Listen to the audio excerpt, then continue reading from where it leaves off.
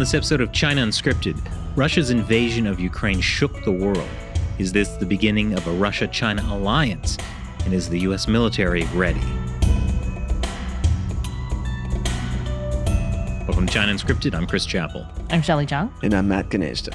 And joining us today is retired Navy Commander Paul Giarra. He managed the U.S.-Japan alliance for the Office of the Secretary of Defense and helped create the global strategy for the U.S. Navy at the end of the Cold War. Thank you so much for joining us today. It's nice to be here with you, Chris and Matt and Shelley. So, obviously, there's a lot of military attention right now on everything that's happening with Russia and Ukraine. But I remember last year there was a RAND analysis that said even though the Russia threat is more immediate, long-term, China is the bigger threat. What do you think about that? As far as that statement goes, I think that's correct. However, I think it's going to become increasingly clear going forward that you can't separate the two. Mm-hmm. It's not as if you have a different situation going on in Europe that has no connections to, relevance to, and importance for things going on in Asia with China. The $64,000 question is to what extent Putin and Xi have already been colluding and to what lengths they'll go in the future. So that's probably the single greatest geopolitical question right now. Yeah, so it's like a little bit of a war in Europe, a little bit of a war in China, kind of like, a world war, kind of. Kind of, right. Kind of. But so this is very interesting. Like, there is the possibility, like warfare in Europe with Russia, that's going to be a very different theater than a hypothetical war in the Indo-Pacific, which would largely be a naval conflict, I'd imagine. How can the U.S. manage these two very different theaters of war? I wouldn't highlight the differences quite so much. First, I think that the Navy is relevant to both. I think the Navy, when operated properly, unlike today, is global and it's essentially controlled. But I think that whatever happens in the Asia Pacific is going to have a lot of land going on, as they say. Because after all, if you take the point that we're back in a Cold War, that American grand strategy is to prevent the domination of Eurasia by a single antithetical power or coalition, eventually it's about land. And in the Asia Pacific, there's maritime geography that is the islands, the littorals, the capes, the headlands, and so on, that are going to have to be controlled. This is nothing new. It's a page from the past. I don't think our land element, the Marines and the Army, have quite woken up to what that is going to be. The Marines are heading off in a direction that I think is misguided because I don't think they're taking into account the resistance and the response they're going to get from China in those littorals. Now, you said you think the way the Navy is managed today is not good, and you're also talking about problems with the Marines. What are these problems, and what would need to change?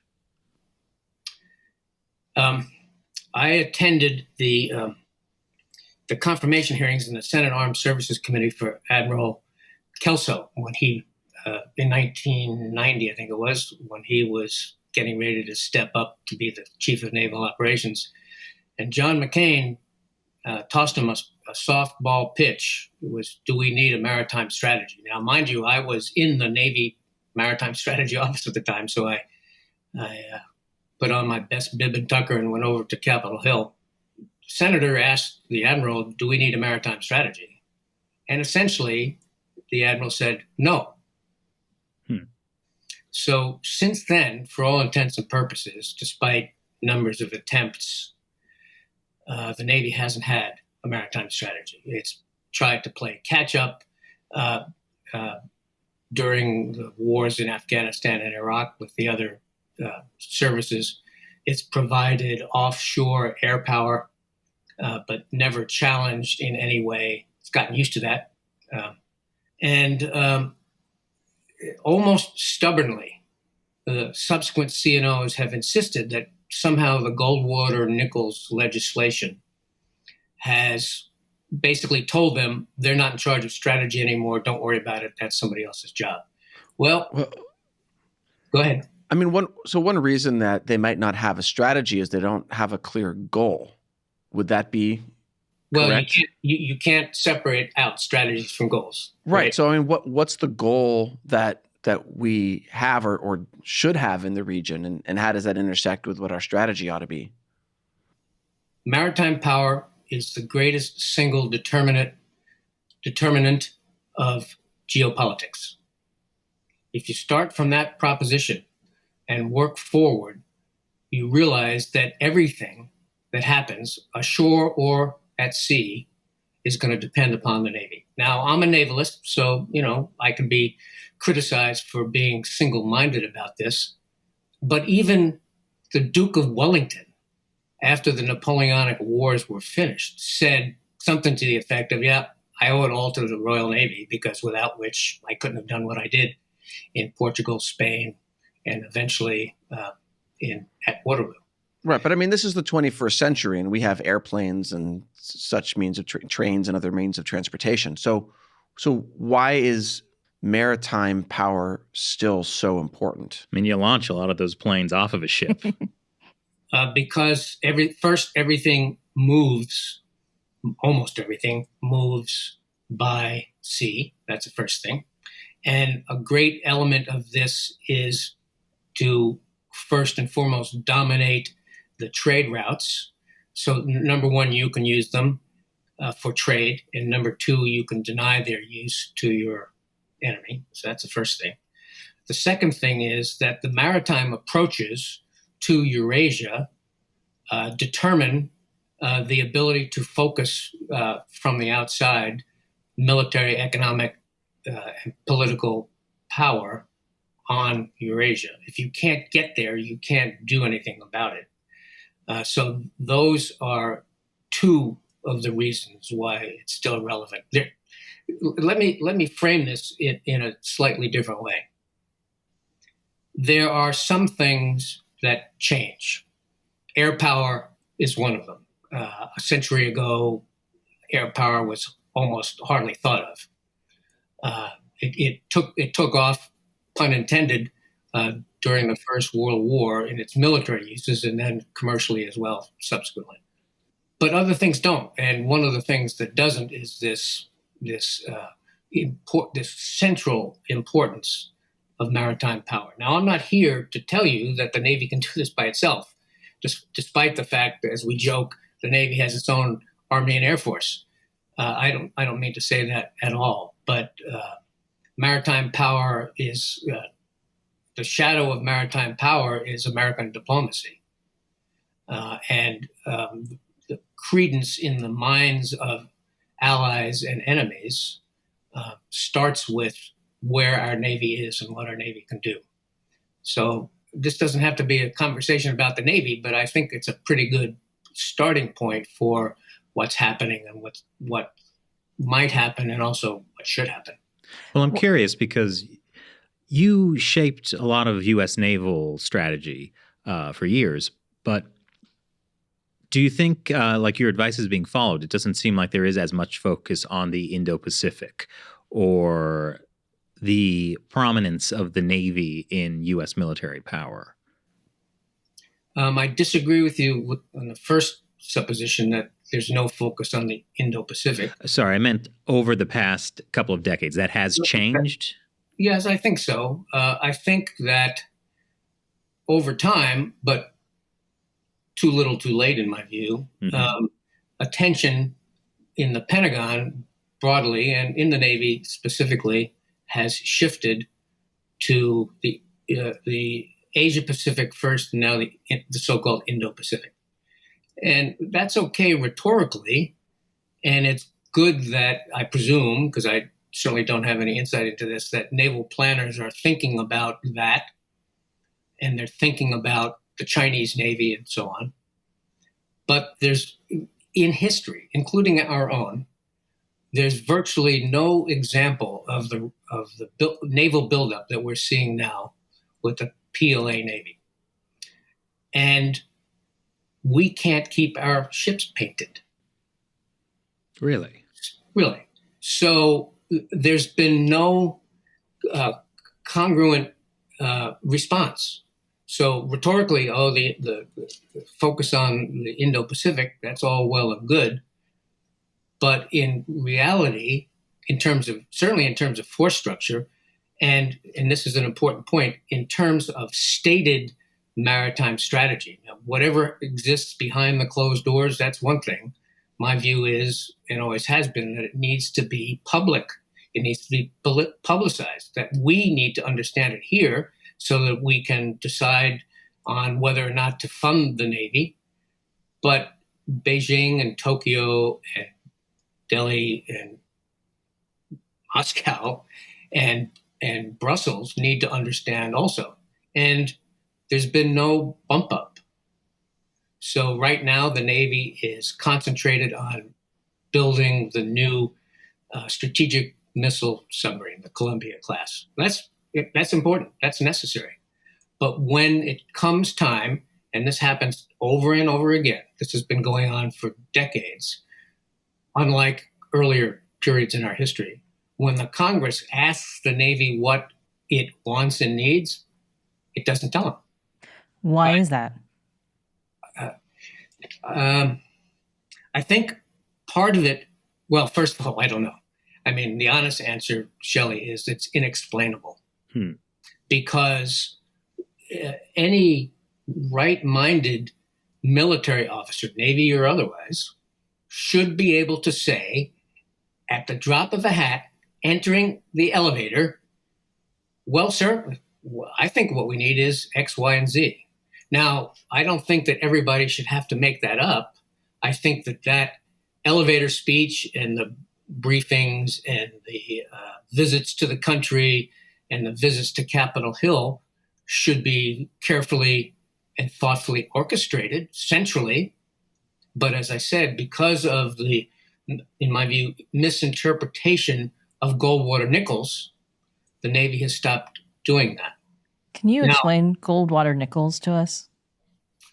So after some of the late Cold War military interventions, if you remember Grenada, there were officers who were relegated to making credit card phone calls back to the Pentagon to pass information, things like that. So it was pretty clear to everybody who was watching that the military hadn't gotten together so that they could talk to one another. And by the way, that's not necessarily well resolved. But so at that point, the Congress decided, and what the Congress decides pretty much goes, that there needed to be a new organizational scheme for the U.S. military, with an emphasis on what's called jointness, with ostensibly forcing the different services to operate together from the same sheet of music, so to speak. Well, one of the things that happened when that occurred was, number one, a lot of planning authority elevated to the Joint Staff and to the Office of the Secretary of Defense from the military services.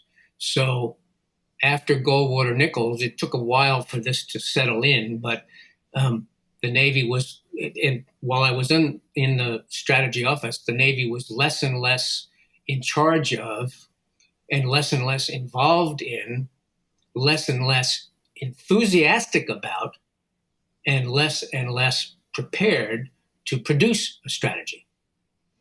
So about 10 years before I got to the Pentagon in the summer of 1988, the Navy took off like a rocket in terms of strategy.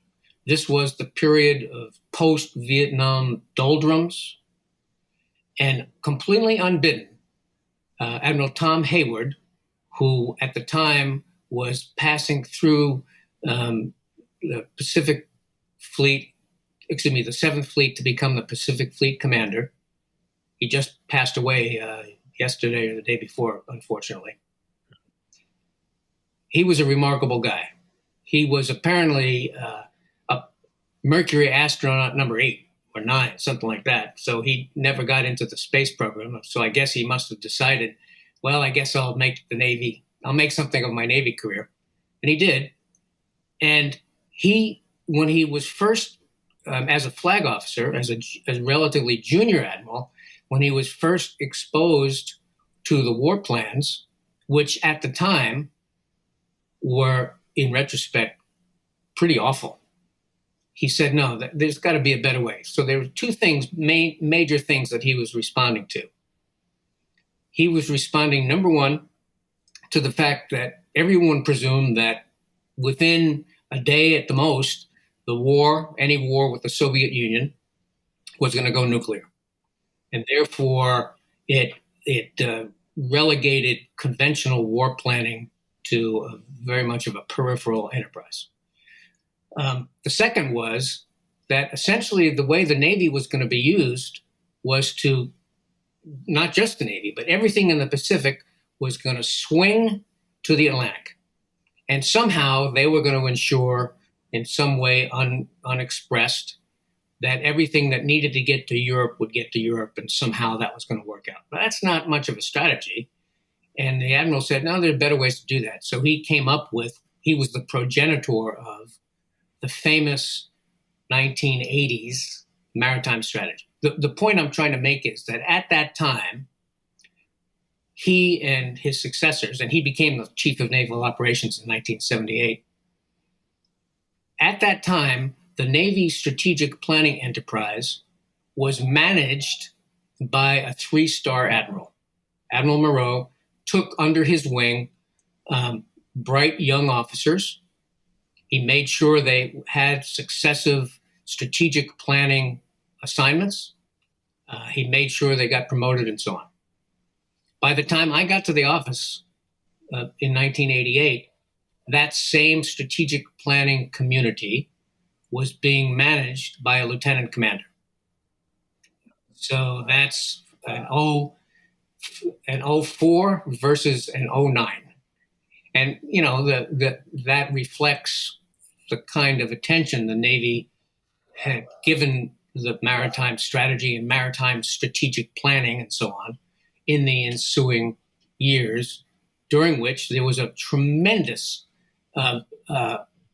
success of maritime planning. So Admiral Hayward started the whole notion, which doesn't exist today, of horizontal escalation. So instead of swinging to Europe, the Navy and the other services would stay in the Pacific and threaten the Soviet Far East forces, keep them in place so that they couldn't pass across through the continent and reinforce any war that broke out in Europe.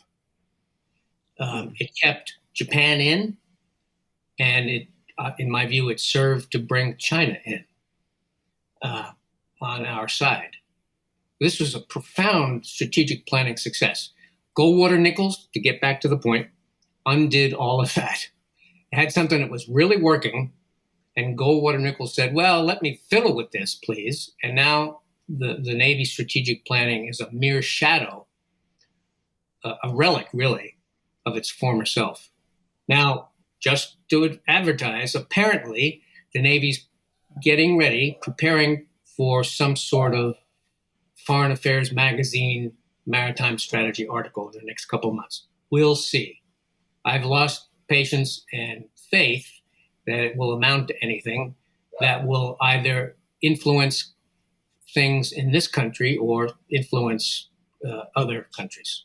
So that's where Goldwater Nichols fits into all this. In my view, it undid the strategic planning enterprise. In addition to that, what it said was, we're going to center operational responsibility and command and control in the regional combatant commanders. So what that meant was whereas the chief of naval operations used to control the Navy as an aggregate whole, now the Navy is controlled by the commander in Europe, by the commander in the Mideast, by the commander in the Indo-Pacific, and so on. It's no longer controlled centrally. Well, a horse with, there's an old saying, it may even be a Chinese saying. Let's say it was a Chinese saying. A horse with two owners grows thin, right? That's one of the reasons why operationally the Navy can't paint its ships. It's being run ragged. So there were decisions made back then, more than 25 years ago, that are playing out today and not to our benefit, and in fact to our detriment. I mean, we are now facing a much bigger and more immediate threat from the Chinese People's Liberation Army Navy. Bigger than when? What are you comparing it to? Well, I'm comparing it to, well, really any time since the party took power, but in particular, the fall of the Cold War or the end of the Cold War, the fall of the Soviet Union, we thought, okay, we're entering this new era where we don't have these big threats. But since then, and particularly in the last 10, 15 years or so, we've seen a massive buildup of the Chinese army, the People's Liberation Army, including their Navy, right? And this should be more apparent to really anyone watching in the U.S. government, in the Navy. So, are we just not reacting to this? I would say that we've started to react. I think what's going on in Ukraine will probably put paid to the notion that there's not much going on and that we can escape having to make hard decisions. But we'll see how that plays out. But let me suggest a couple of things about what you just said. First, the PLA, the People's Liberation Army, the ground forces, have not grown. In fact, they've shrunk.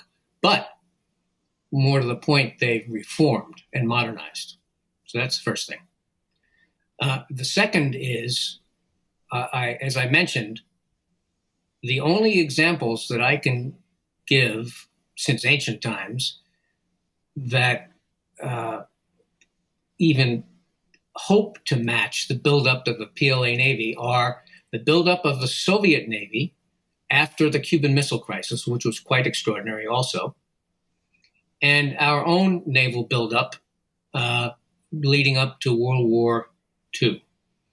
And in August of 1945, the U.S., the number that circulates in Washington about how many ships the Navy should have, 350 or so. At the end of the Cold War, the mantra was 600 ships. In August of 1945, the U.S. Navy had 6,600 ships. It had 36 big aircraft carriers and about 150 smaller aircraft carriers. And those had all been built in 4 years.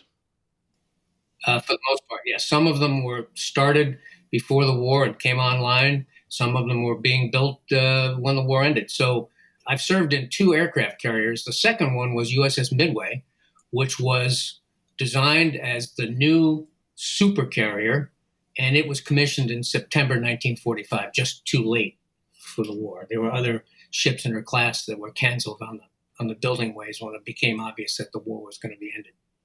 The war was going to end. That seems so surprising to me, since now we can barely get one aircraft carrier built on time and on schedule. Chris, we're just not trying. Every time I talk to somebody about this, they say, oh, we could never do that again. There are some amazing stories to be told about the 1930s and 40s defense buildup in the United States. There's nothing magic about it. We had the right people with the right authorities doing the right things. Unfortunately, now we don't have those people. And the workforce has been tremendously decremented. It's just, you read the paper just the way I do. It's hard to get people to come to work. And the people who do come to work don't have hard skills. Building ships is not easy, but it's doable.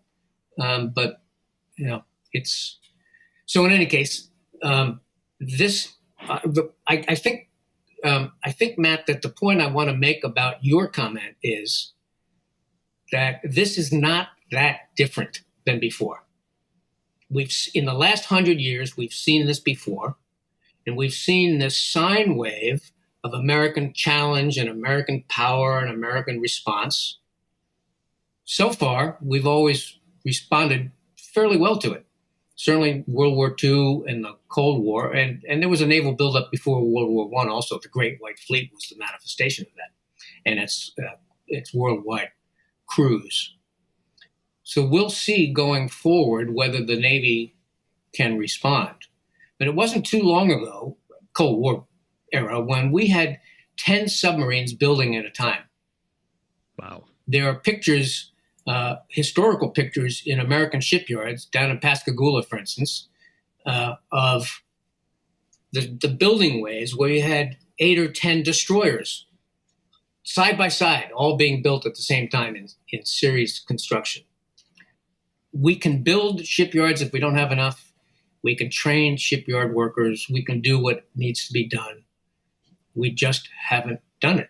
And part of this is because, in my view, the Navy's voice has been muted. It's been by the Navy, in my view. So the commander of the Central Command, where the Navy spent an awful lot of time over the last 20 years, is not going to come to Washington and say, you've got to fix your shipbuilding problem. Now, the Navy, don't get me wrong, the Navy has talked about its shipbuilding problems. The trouble is it hasn't done anything about it. So another of the progenitors of the U.S. Navy maritime strategy in the 1980s, the Honorable John Lehman, the former Secretary of the Navy, whose name is intimately associated with that maritime strategy, and that's the only one that I capitalized, capital M, capital S. He wrote a book with his colleague Steve Wills just recently. It's an ebook, so you can get it. You don't even have to pay for it. I think the title of it was "Where Are the Carriers?" So they've taken on the Navy in the debate about big carriers.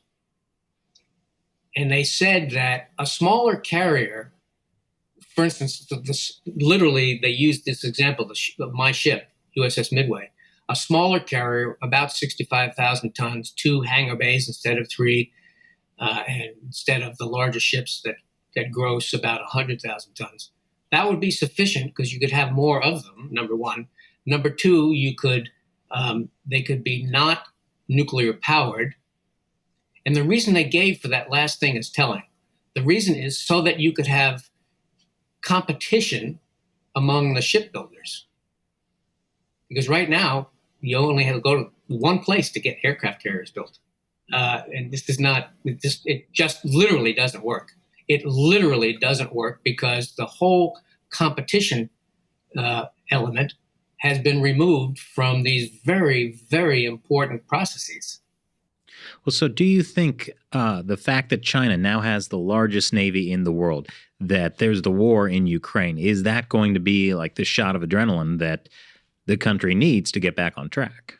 Well, the Congress is saying that the defense budget is going to increase. We'll see how it increases and what happens with the money that the Congress provides. Yeah, because throwing money at a problem is not necessarily the same as a fundamental shift in saying, okay, our Navy is, how did you put it, the single greatest determinant of geopolitics. That's a philosophical change that needs to happen. Yeah, I agree. I'm a navalist. You can take a man out of the Navy, but you can't take the Navy out of the man. And if I could fit into my uniform, I'd go down to the waterfront and look for a ship or a squadron. But I wouldn't give the Navy another dollar until they told me what they were going to do with it. I wouldn't do it. That seems so obvious. Like, before we give you money, you should have a plan for how to use that money. Like that's just now a naval officer, a serving officer would be hitting me over the head right now, and he would say, "Oh, but we tell everybody all the time." I don't think so. I don't think they tell the country publicly. The Congress is the few congressmen who care will routinely point out that the Navy's not telling them what it needs. Now, this is not rocket science. The great congressional architect of the so-called two-ocean Navy of World War II, was a congressman from a landlocked district in Georgia. We have an aircraft carrier named after him. His name was Carl Vinson. He was, by the way, Sam Nunn's uncle. So he was referred to as Uncle Carl. He went to Congress in 1914. He was elected in 1914. Got to Washington in early 1915. And I guess he looked around and he said, "Well, I guess I got to be good at something." And he chose the Navy. And thank heavens he did, because he would, for instance, with the Navy, in close collaboration, it was almost a conspiracy. He would organize the Navy's testimonies in the key committees in the Congress. That would play out. And then he would double what the Navy asked for. It was amazing. It's quite a story. You can read his autobiography and you'll be amazed. But he started this effort because he had the foresight. He started in the early 1930s. Hitler was in power, but Nazi Germany hadn't become what it was going to be later. And he said, in the context of the naval arms control treaties of the time, he said, "Well, we should at least have as many ships as were allowed by treaty. And, those ships should be modern. They should be new ships." And so that whole enterprise of thinking about the fleet, even albeit constrained by treaty limits and so on at the time, started early. And this is a key point, especially for the Navy, but not just for the Navy, because it's also this geopolitics as well. Whatever is going to happen started way back years ago. So what's happening in China started many, many years ago. There's no consensus yet on when the Chinese government started preparing for war with the United States. Some people say, 2010. Other people, Jim Fennell, who's been on your show, for instance, says, no, 1949. I would say that and I'm not a China scholar, so I can be wrong about this. I would say, though, that it was no later than about the time of the first Gulf War, when China remember, China had now chosen to be on our side.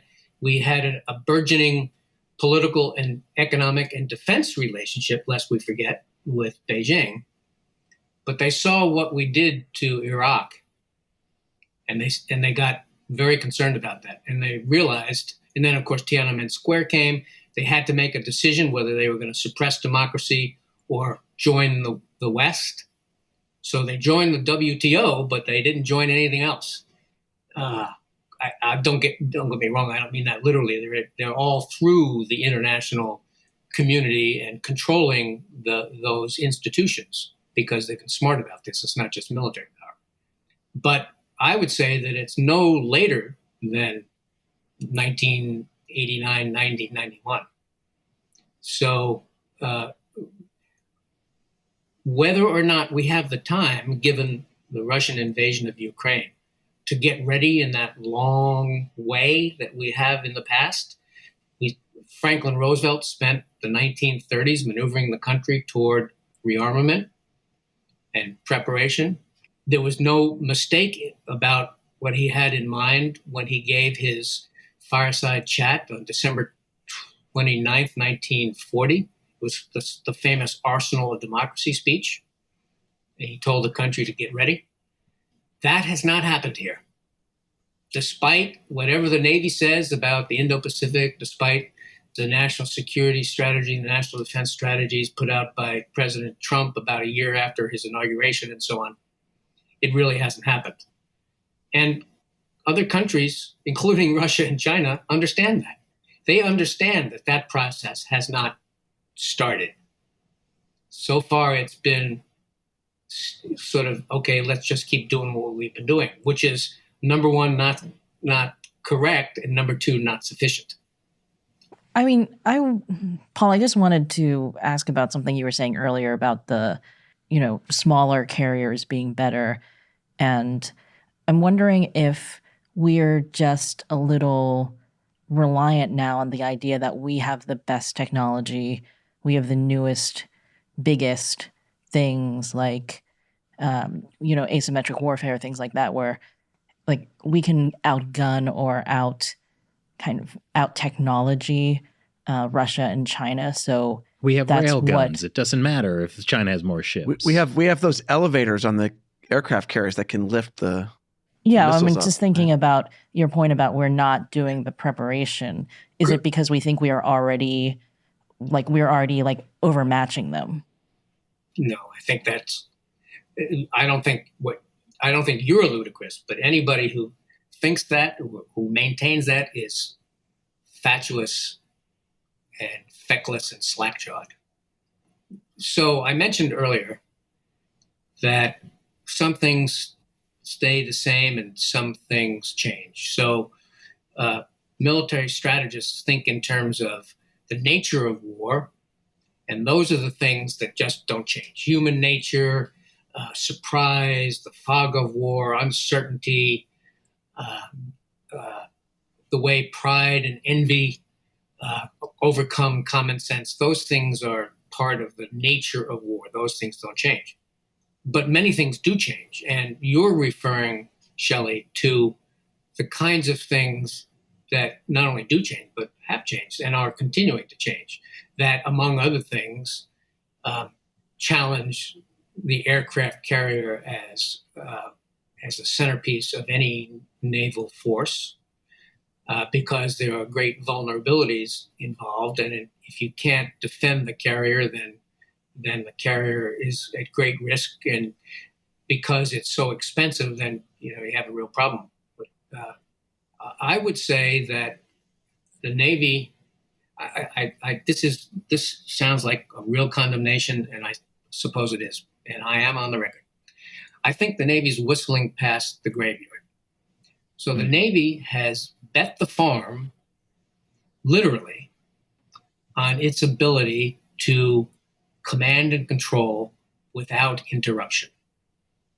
That means that all of the networks that the Navy has set up are going to operate without being decremented or interfered with, that they're going to be able to talk to one another, that they're going to be able to share targeting information. This all goes out over frequencies and is shared in networks that are very, very fragile. So there are, literally up until yesterday, I was thinking that the two big things that have changed are cyber warfare and space warfare. What I just described, this reliance on networks, depends completely on the uninterrupted use of space. And until recently, and reality hasn't caught up with reality hasn't caught up with treaties, space was supposed to be demilitarized. Well, you don't have to be a rocket scientist, again, pun intended, to understand that the next war is going to be fought to, from, through, and in space. So all those communication satellites up there, good luck with that. And then, so that's the sort of the structure of these networks. The sanctity of the networks, however, is subject to cyber warfare, where either the networks are brought down or they're interfered with, and you either know that they're being interfered with or you don't know they're being interfered with. And it calls into question every message, every communication that does get through. So until just the other day, I was thinking these are the two new things that define changes, in addition to hypersonic weapons and so on, that define the most apparent changes to the so-called character of war, all these technologies and so on. But then I realized, and because I'm literally organizing a series of articles that are talking about how the Navy has to get ready, I realized that nuclear is back on the table because our friend Vladimir has told us it is. And, and he gets a vote. What he says really counts. Now, the Navy denuclearized, with the exception of the submarine-launched ballistic missiles, in about 1991. And the next sound you heard was the door slamming on the Navy tactical nuclear weapons enterprise. Now, I know of what I speak because not only was I a nuclear weapons delivery pilot, but I actually dropped one. And it was a test. It was a non-explosive test to test the fusing of the weapon, which is very complicated because you really want it to go off when you want it to go off, and you really don't want it to go off when you don't want it to go off. So we loaded our P3 up and it carried the as a tactical exercise. We played it strictly by the rules, a 2-man rule and everything else. I was under arms. There's many sea stories to go with that. We don't have time for that, but. And we flew out to Hawaii and dropped the weapon on an instrumented range in Hawaii so that they could track and collect all their data and so on. But all of that stopped at the end of the Cold War. And only recently has this issue of nuclear weapons come up again. And guess who's brought it up? Not the Navy. It's not a bright idea. Well, of course, I don't know what the Navy's saying internally, but the Navy has not said anything about this. Shinzo Abe has brought it up. And so have the South Korean commenters about, well, the Koreans have said, well, I don't think we want American tactical nuclear weapons back on the Korean Peninsula because when the Navy ended its forward deployment of nuclear weapons, so did we on the Korean Peninsula. But you could put them in Guam, couldn't you? Or you could have them on your ships, couldn't you? And Shinzo Abe is making the same, and now out of government, of course, is now making the same kind of suggestions. This, if nothing else has gotten our attention, this is an earth-shattering, epical event that a Japanese politician is publicly calling for American nuclear weapons. And they say, well, you share control of nuclear weapons with numbers of European countries. Why don't you do the same with us? Well, I'm not sure that horse is ever going to get out of the stable in terms of reality in Tokyo. We'll see. But the fact that they're saying this is an indication of how much things have changed. And in the meantime, you'd never know it listening to admirals talk. You'd never know it. And I know things are changing. And I think that the impetus of the Russian invasion of Ukraine is going to push things along. We'll see. But if you think about the fact that virtually no serving military officer was commissioned yet when the Cold War was still going, because the mandatory retirement is 30 years of service. Now, there are some exceptions to that, and some of the very senior admirals served for longer than 30 years. But my point is, there's no body of experience to fall back on. So we've got a lot of work to do. So, we play a game. What year are we actually in? And some people say 1940, some people say 1939, 38. I would say about 1920. I don't mean that we're going to have 20 years to get ready, but the fact that the Germans in 1919 turned immediately to getting ready for World War II. They literally, this is a great irony of history, they literally conducted secret field exercises in the Western Soviet Union, if you can believe it. Ironic. So one of the great ironies. Yeah. But it takes a long time to get ready. And if you accept my argument that we are not ready and that we haven't been getting ready, then you can kind of date and project out how long it's going to take and so on. But what if we're in 1920, but the world situation is in 1938? Right. And it's not, yeah, exactly. Right. In other words, we're in 1920, but the world is in 1938. I couldn't have said it better myself. Well, I'm curious, you, as an expert in naval strategy, what would you wager to guess is the Chinese Communist Party's plan with its now largest navy in the world, how they're planning to affect global shipping lanes in the South China Sea, their plans for Taiwan? What do you think their strategy could be? I don't mean to be flippant, but the common response to that is they want to win without fighting. And I think that's probably true. Who wouldn't? But let me suggest that you should have on your show an old friend of mine who's really, really smart and very experienced and has really climbed the ladder. His name is Randy Shriver. He's the chairman of the founder and now the chairman after his stint as Assistant Secretary of Defense for East Asia of the Project 2049. And he says he shares with discussants the Pentagon, while he was in the Pentagon, the secret plan for figuring out China. And this is important, and I'll get to the reason why in a minute.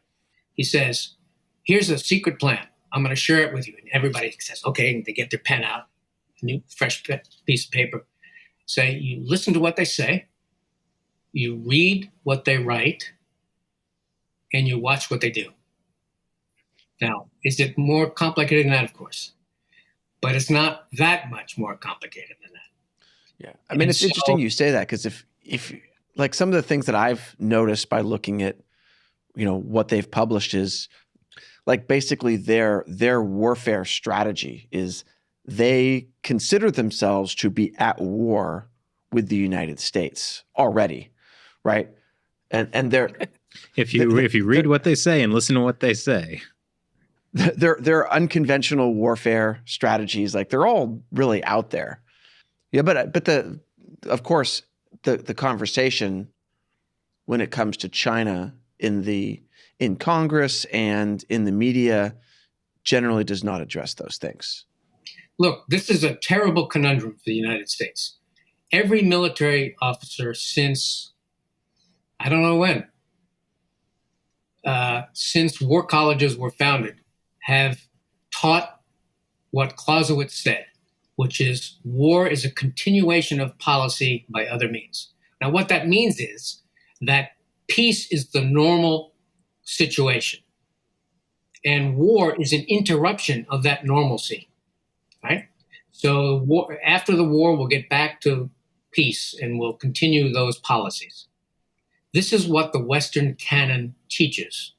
It's analysts, it's serving officers, it's strategists, and so on. The Chinese idea is completely the opposite.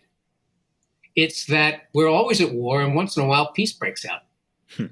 So this is a terrible problem for us because we simply can't believe it. Not only does it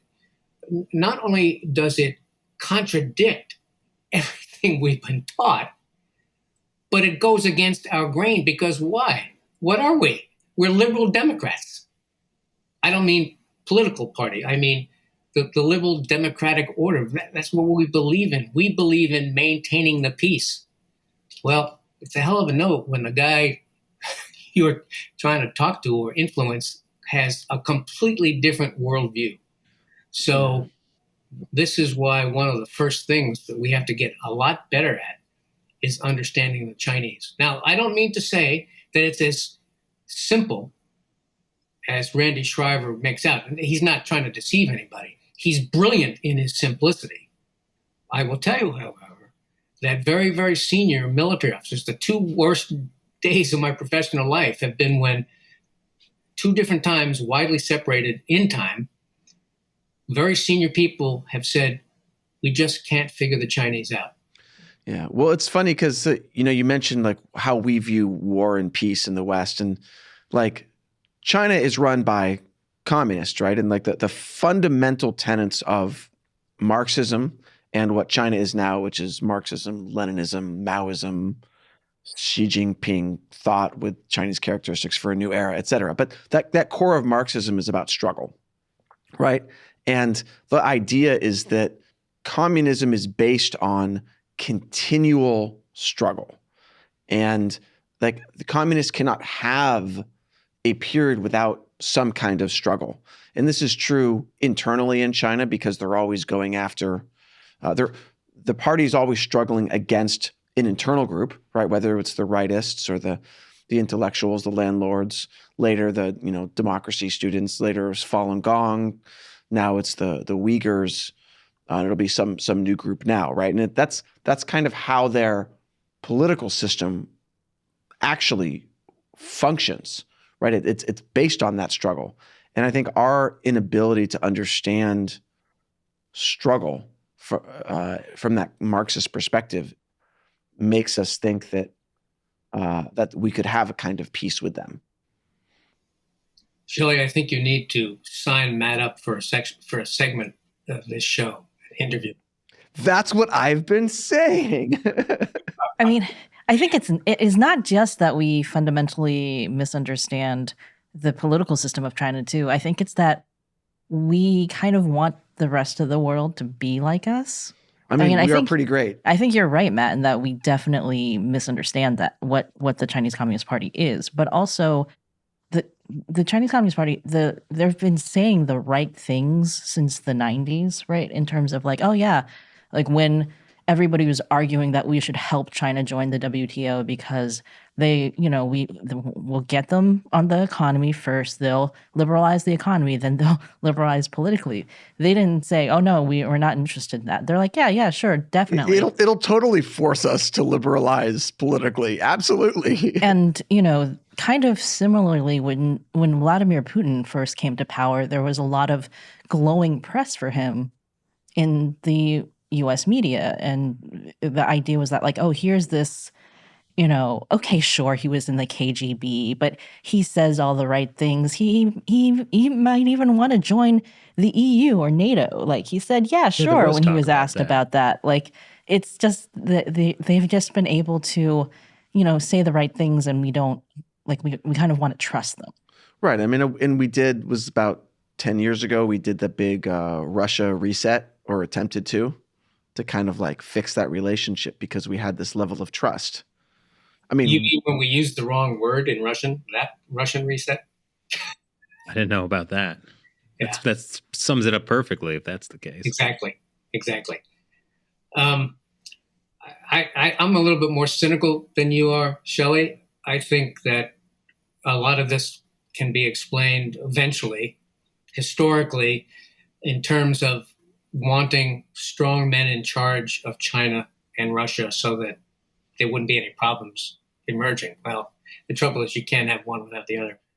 I think we're learning that now. So then what is the next step? We have Putin talking about nukes invading Ukraine. We have China promising to invade Taiwan. It has the largest navy in the world. What's next?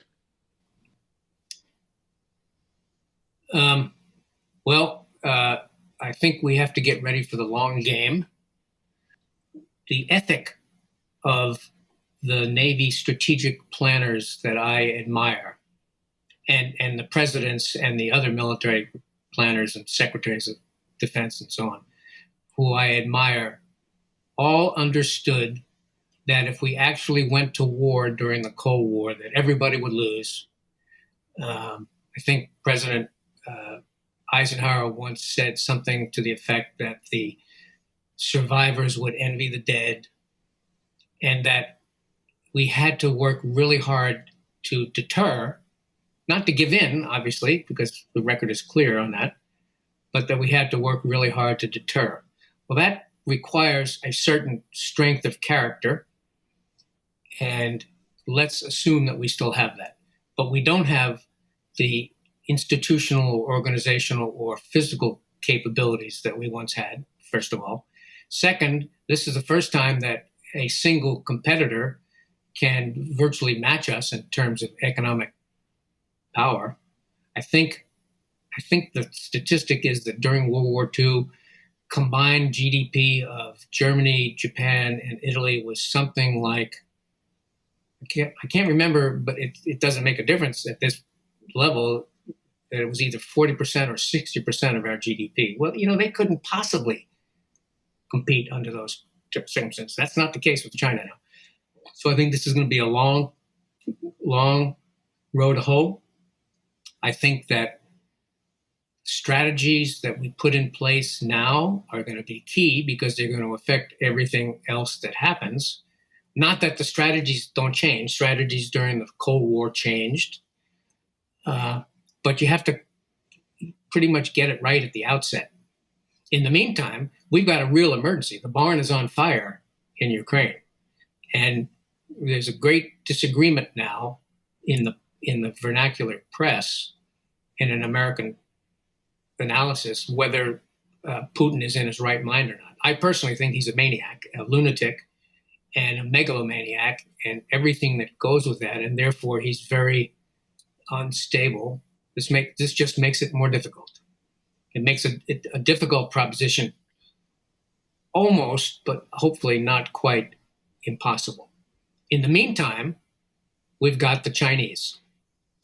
And I think there's been a lot of talk, a lot of writing, some very thoughtful observations about Europe and Russia, Ukraine, NATO, and how to respond to that.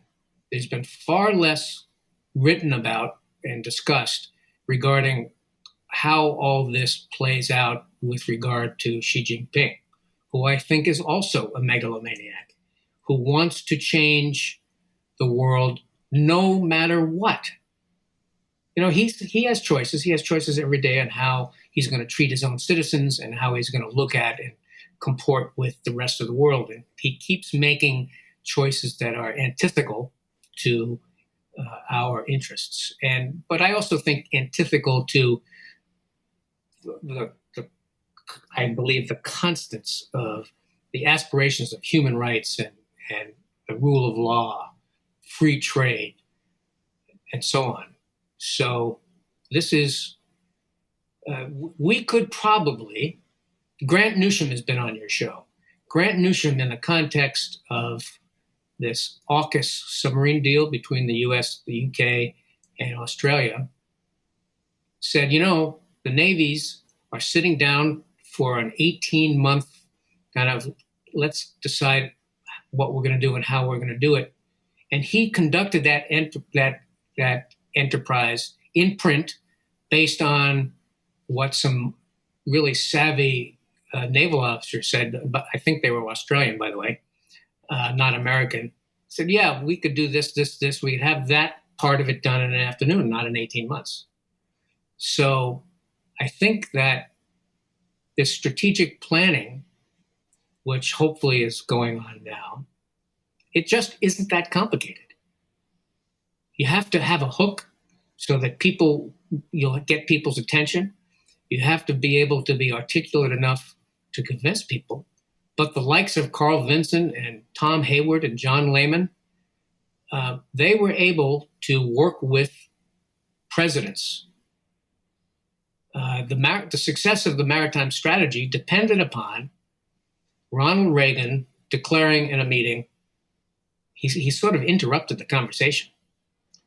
And he said something to the effect of, well, I understand that there's some people who are opposed to the Navy's 600-ship maritime strategy. I'm in favor of it. Is anybody here opposed to it?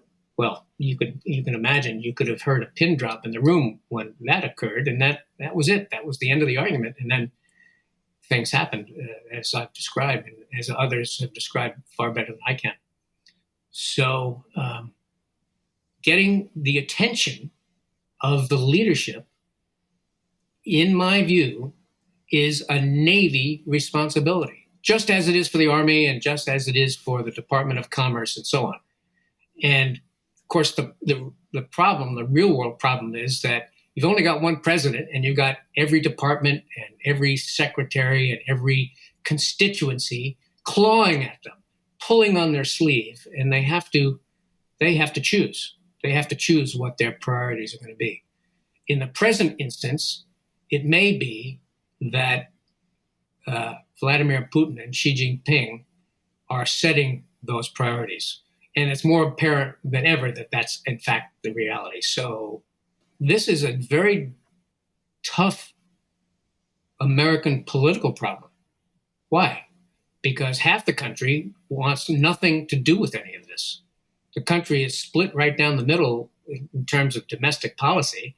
And when you're having a fight domestically, it's hard to think over the parapet.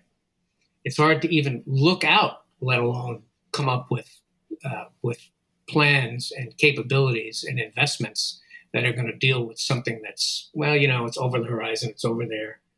Let's not worry about it. Let's get back to the divisiveness of American politics. And by the way, I say that as a non-political statement, but that's just the reality of where we are now. So it makes it doubly, triply difficult. The world wasn't like that in 1940, despite the fact that ostensibly isolation was American national policy. The world wasn't like that throughout the Cold War, despite the fact that there were plenty of fights, that the way the Vietnam War ended was as political as anything, because it coincided with the demise of President Nixon and so on. So we are missing that component of any palpable, discernible unity useful in the context of national security, which, in other words, internationally. And everybody knows it. Tokyo knows it. Delhi knows it. Brussels knows it. Moscow knows it. Beijing knows it, and so on. Anybody who counts knows it. So there are no guarantees. We're used to being kind of in charge. We're used to being successful. And anybody who looks around can see how that's not working out so well for us these days. So dealing with China, building up the Navy or not, so on, all of these things are very much on the table, but definitely unresolved. I thought it was interesting what you were saying about, half the country not wanting anything to do with this, because, when I was asking you about the whole, do we just think we're better than everybody else? Like our military is just bigger, et cetera. I think if you just asked any, you went, did the whole thing where you just walked down the street and asked people, what do you think about the U.S. military? Like, is there a threat to us in the world, et cetera? I think most people will say that, we're, if anything, too big, right? Like, we're spending too much money on the military, et cetera. And I wonder if this is something that is because the American people haven't been communicated with the way that you were saying before, in terms of like FDR having his fireside chats, or if it's that there hasn't been something to kind of shock us the way that 9/11 did 20 years ago, to change how we did things, and like what do we need essentially to try to unite the country again? First of all, I agree with everything you just said and inferred. If the invasion of Ukraine isn't sufficient, I don't know what's going to be. So in that sense, yeah, I say this advisedly, obviously, but maybe Putin has done us a favor by pulling the covers off of, where he stands and what he's trying to do. But there's no telling whether it's too late and so on. This is the big the big question in my mind is whether we're up to it, first of all, and whether or not we have time to do what has to be done, because it takes time.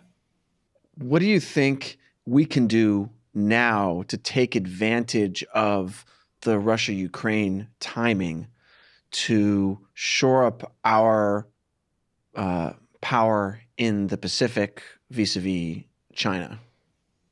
I think it's again, I use the term advisedly. It's a good story to tell, and it has to be told well. That's the first thing. The second is that these are not separate things. This is a global situation. You've got exactly what we haven't wanted for the last 130 years or more. We haven't wanted there to be an antithetical coalition in Eurasia. And now there is. So if we're going to stick with that, then we have to tell that story, say why it's important, connect the Moscow-Beijing dots, and start articulating, and I wish I could do a better job at this, of how Xi Jinping is going to advantage and collude with what's going on in Ukraine and in Moscow and with Putin. When described in those terms, if done properly, this should raise the level of threat and anxiety and requirement to a point where perhaps we can overcome our basic lack of preparedness and divisions at home. Perhaps. Remember, in 1938, the French would just as soon fight with each other than with the Germans. And that really ensued almost literally throughout World War II. So there's no guarantee we're going to get this right. American solidarity and unity has come often enough, but it's by no means been eternal or consistent. Yeah. France in World War II is definitely not the model the U.S. should have done. It's not just that they lost, but they made some bad bets. So they decided militarily to concentrate on fortifications and stability on the battlefield and centrality of command.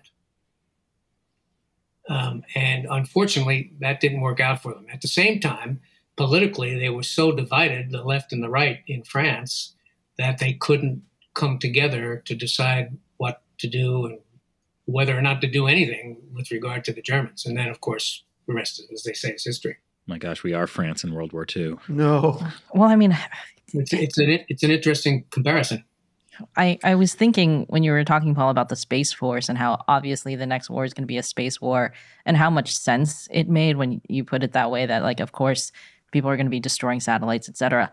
And yet when the whole idea that the U.S. should have a Space Force was proposed by Trump, it was just like treated like a joke, essentially. And I think part of that was because obviously like half the country doesn't like Trump. But what did it become? It became a Netflix TV show about, the incompetence of the U.S. government, essentially. I mean, it seemed cool when Neil deGrasse Tyson proposed it like 10 years earlier.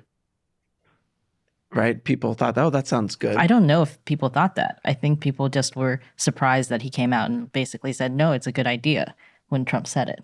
Yeah. Like, I don't think people thought it was cool 10 years before when Neil deGrasse Tyson said it, because I don't think people think anything to do with a military buildup in the U.S. is cool right now. No, that's maybe true. I'll probably spend the rest of my professional life trying to make the Space Force a naval force. We'll see how far I get with that. Well, so one of the things you mentioned earlier about the sort of vulnerability of our networks in space and our cyber networks, which of course are linked. We could have the biggest, bestest naval fleet in the South China Sea and in the Technical Pacific. term. The bestest is technical. It means the number one, absolute bestest. We could have the bestest, and then the communications go out, right? But is there like is there like a World War II era communication strategy that we could have as like a backup in place that would allow us to operate without the sort of technology that could be knocked out by the Chinese rocket force or whatever? First, I'm not sure because I'm not a technical expert. I majored in history, but so I know some of the history. In World War II, the closest corollary would be the command and control of the submarine forces, where there was very little, but relatively little transmission on the part of the submarines because they were vulnerable, but a lot of command and control from fleet headquarters. So they could receive it, but they wouldn't send the signals.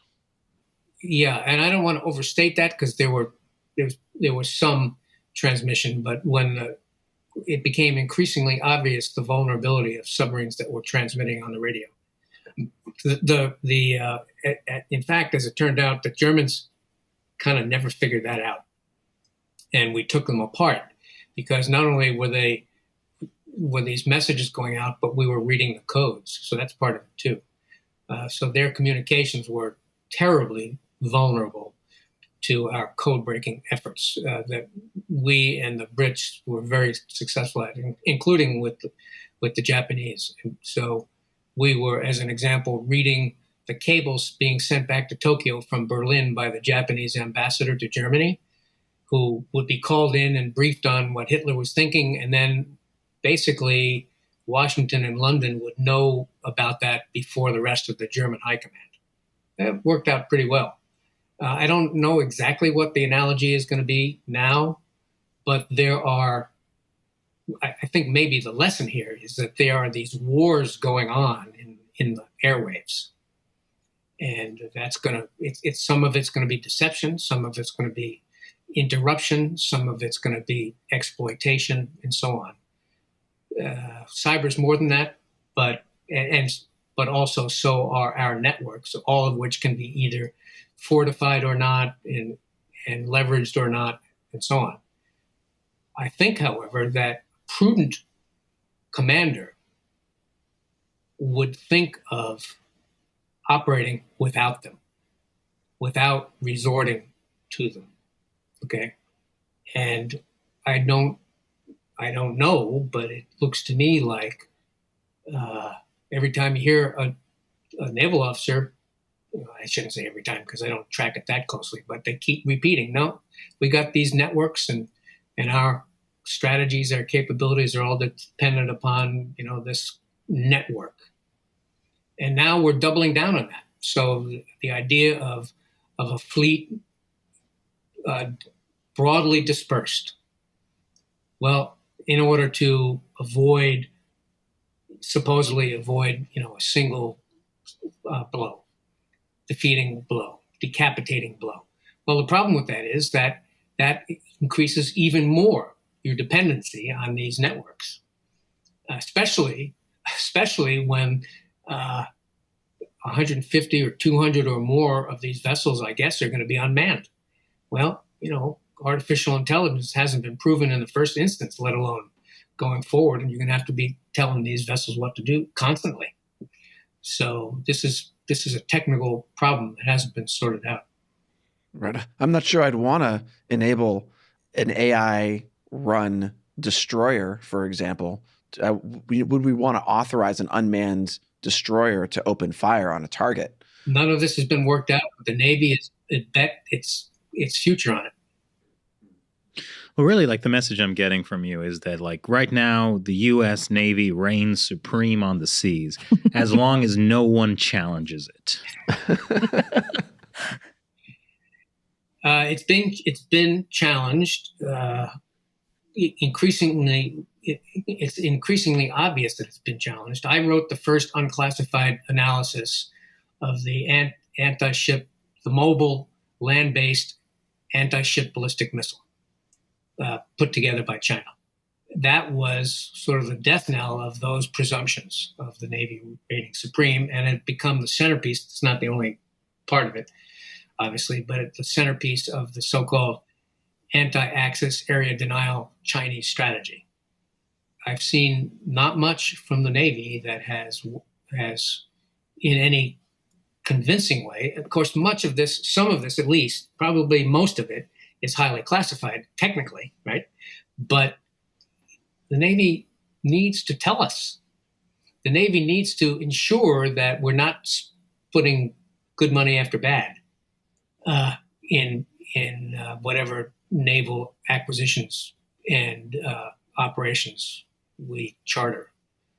But no, so I know you were kidding, but no, I wouldn't say that at all. That's the point. I think that's the fundamental point.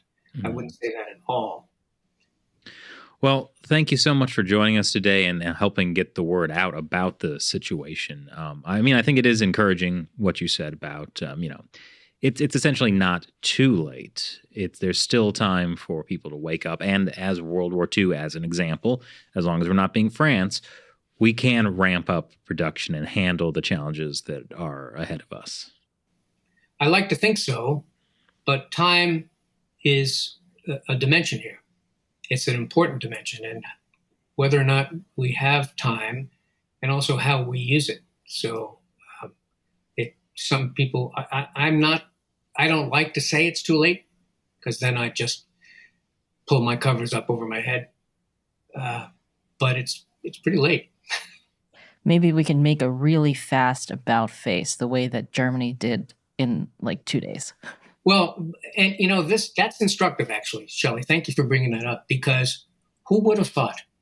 Who would have thought? You could have made a lot of money betting on the Germans last week, because yeah, for clarity, we're talking about Germany now, not Germany World War II.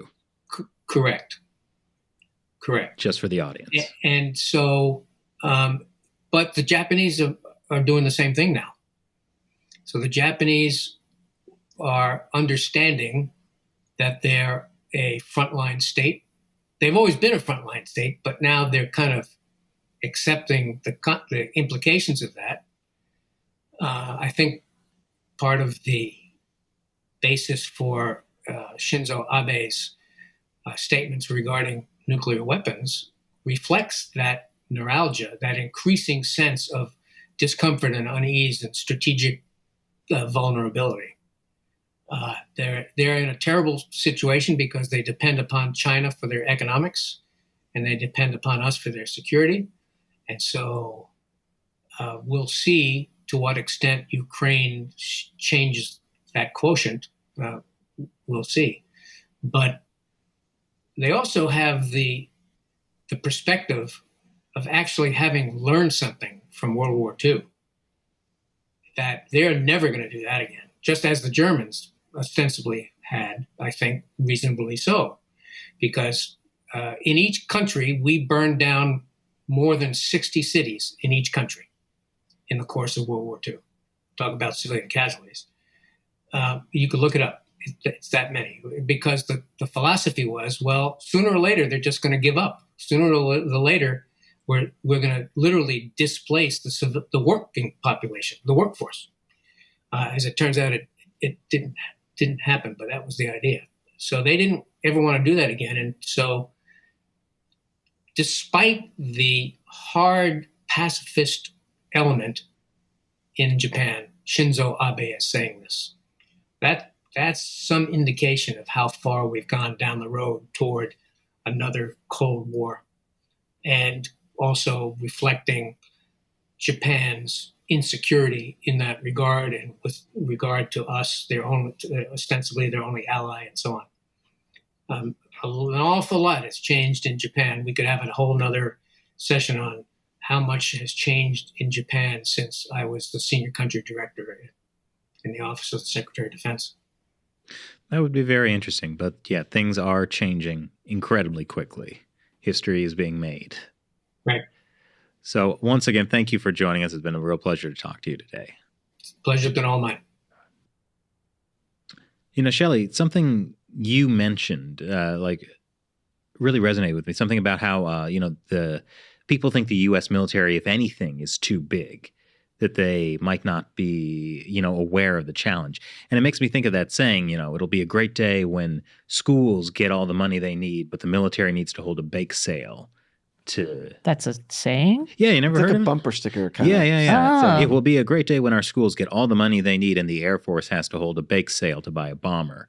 And what that, I heard that, I remember hearing that in grade school. I've heard my entire life. That's what happens when you grow up in California, I guess. Yeah, seriously.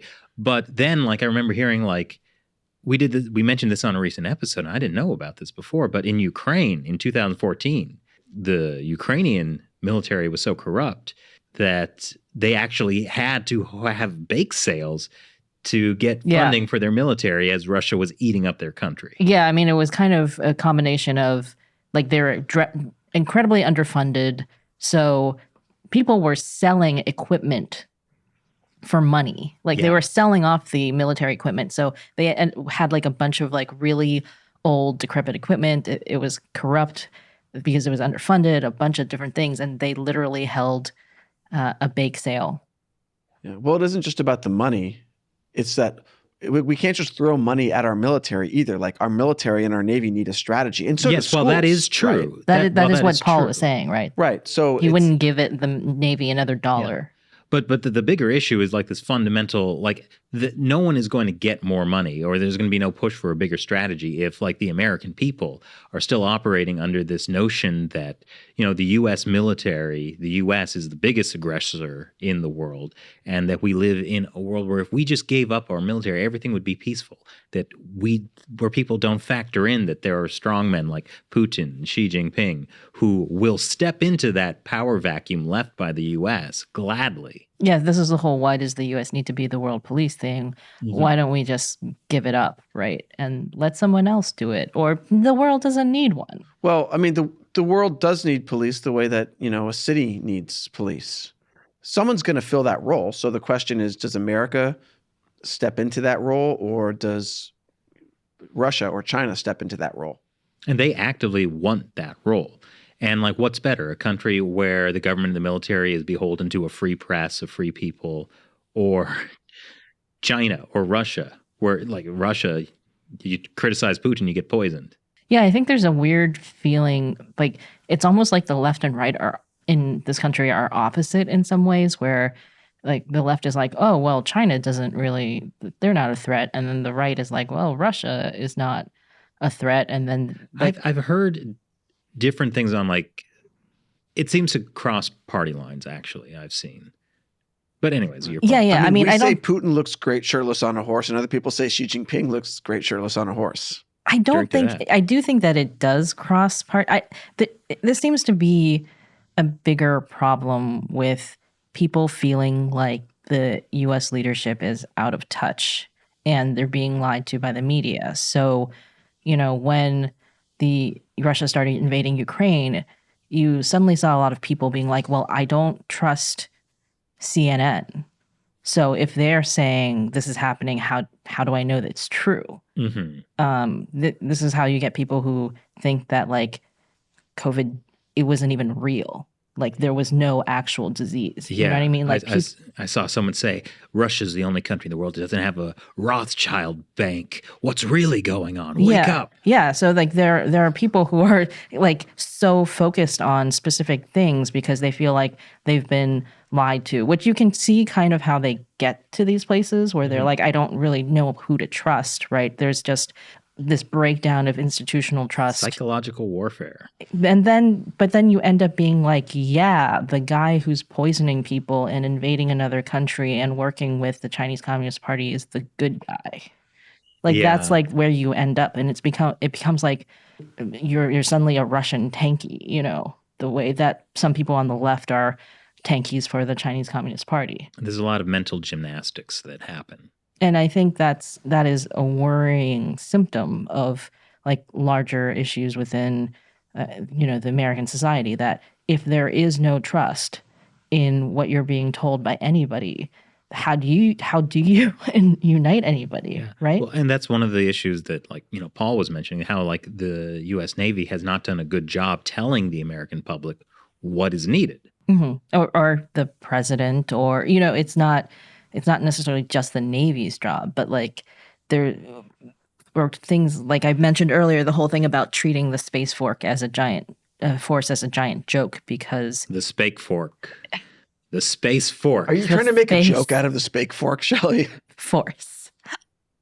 Yeah, I guess I was trying to make a joke. We can use the spake fork during the bake sale.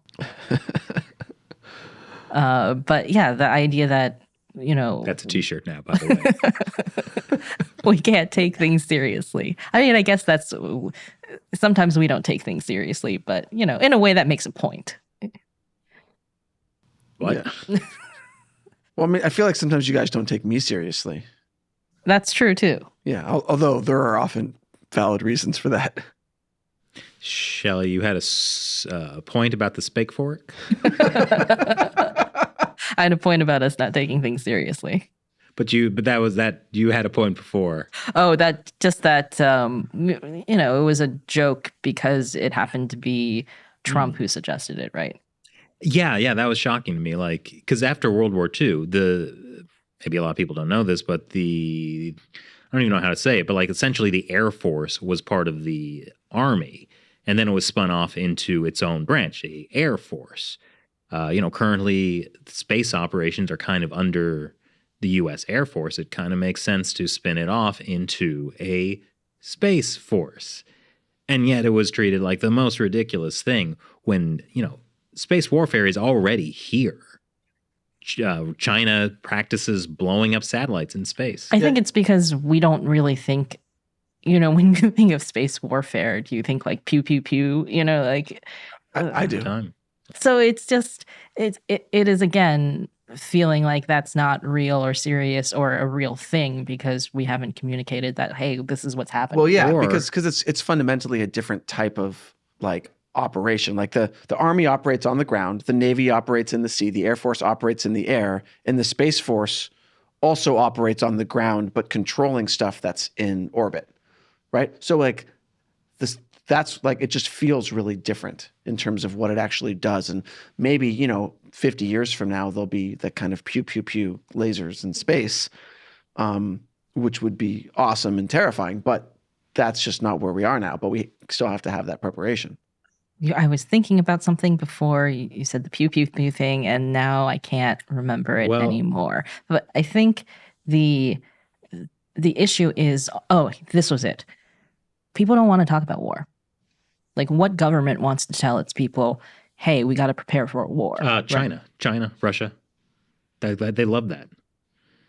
Like they're talking about that all the time. Look at the Chinese internet trolls. They love the talk of war, the strong country. They love the talk of their military becoming stronger. Yeah. They don't love the talk of, there's no like, hey, this is the thing right now with Russia and Ukraine, right? Where the Ukrainians are doing a pretty good psychological warfare thing by letting the captured Russian soldiers call their moms. Oh, yeah, I saw that. And being like, hi, Mom, I'm in Ukraine. What? Like, just because people are being fed that type of like nationalism about a strong military, et cetera, but nobody wants to talk about the realities of war. I think another issue is like, it's like you mentioned, like people just assume that the U.S. is so dominant. The idea that like, oh yeah, we have railguns. It doesn't matter. China has the biggest navy in the world. We're just unchallengeable. And that is unfortunately putting us into a very dangerous position. Where yeah, it's like you said, if anything, it's too big. Yeah, no, I've definitely heard that from so many people, right? Like, oh, well, why do we need a big military, et cetera? And we've made jokes about defense spending and things like that. I mean, the money they spend on the spake fork is ridiculous. I'm just imagining a giant fork now. Like orbiting the Earth. It's like a spaceship, a fork-shaped spaceship. But what makes it this? What was it? The spake. What's a spake? I don't know. Yeah, we'll have to figure that out for the t-shirt design. Let us know in the comments below. Yes, thank you. That's not going to be a good t-shirt. No one's going to get it unless they watch this very specific. We're making it for us. Okay, we can do that. But yeah, this is where the general public needs to understand that this is a Cold War. that there are authoritarian forces struggling against liberal democracies to be the dominant powers. And unless we actually stand up and fight for our values, it doesn't have to be militarily necessarily. Ideally, we prevent that from happening. But unless we shore up our own morale and say, hey, you know, liberal democracies have a culture that is worth fighting for and that is good. Yeah. I mean, I think somebody said this during the podcast that Russia and China are watching. I think it was Paul, right? Russia and China are watching us be, divided and all this stuff.